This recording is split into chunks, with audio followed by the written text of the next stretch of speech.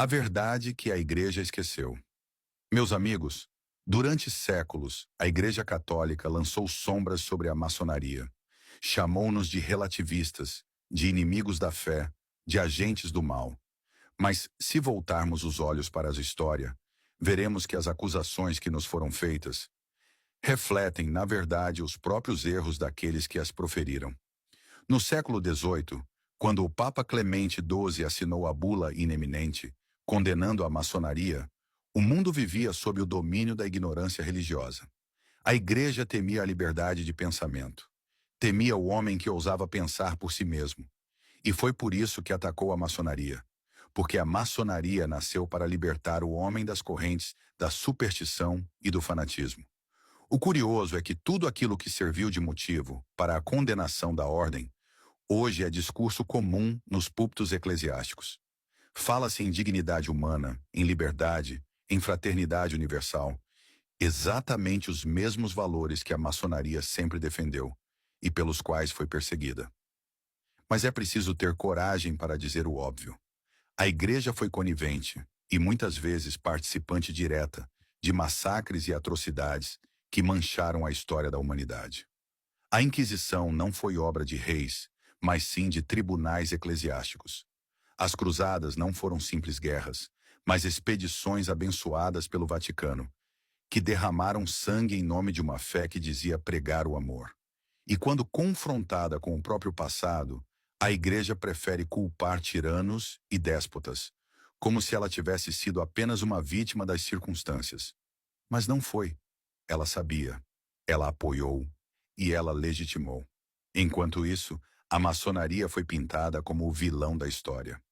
Diziam que éramos inimigos da Igreja, conspiradores, responsáveis por revoluções e derramamento de sangue.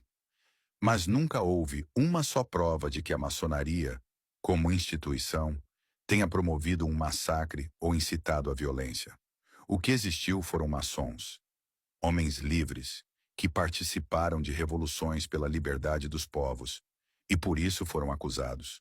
Homens como Garibaldi, Bolívar, Washington, Tiradentes, todos julgados como rebeldes, mas que lutavam pelos mesmos ideais de justiça que hoje a própria Igreja diz defender. E entre os grandes algozes da nossa reputação, figuras como o Monseigneur de Lassus tentaram construir uma narrativa conveniente, a de que a maçonaria seria a culpada pelos males do mundo, pelos erros da própria Igreja, pelos pecados da humanidade. Como se projetar a culpa nos outros fosse uma forma de purificar-se. Mas a verdade é que a maçonaria nunca precisou de muros para pregar o bem. Nunca precisou impor medo para ensinar a fé.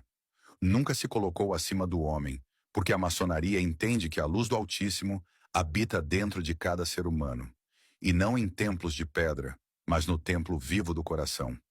Hoje, a Igreja mudou seu discurso, evoluiu em muitos pontos, mas ainda mantém a maçonaria sob o rótulo de pecado grave, como se fosse perigoso pensar livremente.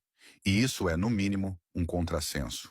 Porque o verdadeiro perigo não está em quem busca a luz, mas em quem teme que ela ilumine demais.